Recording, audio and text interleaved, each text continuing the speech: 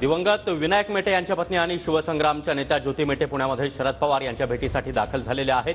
पुण्यातील मोदी बागेमध्ये ज्योती मेटे हे शरद पवार यांच्या भेटीला पोहोचल्या आणि बीड लोकसभा मतदारसंघातून ज्योती मेटे निवडणूक लढवण्यासाठी इच्छुक आहेत आणि याच संदर्भात अधिक माहिती देण्यासाठी आमचे प्रतिनिधी प्रदीप कापसे सध्या आपल्यासोबत आहेत। प्रदीप, ज्योती मेटे या पुण्यामध्ये शरद पवार यांच्या भेटीला दाखल झाल्या।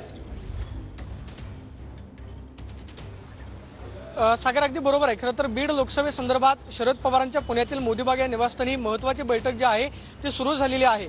दिवंगत आमदार विनायक मेटे यांच्या पत्नी ज्योती मेटे ज्या आहेत त्या मोदीबागेमध्ये शरद पवार यांच्या भेटीसाठी दाखल झालेल्या आहेत। आज या दोघांमध्ये बीड लोकसभेसंदर्भात महत्त्वपूर्ण चर्चा जी आहे ती होणार आहे। ज्योती मेटे या मोदीबाग या निवासस्थानी दाखल झालेल्या आहेत।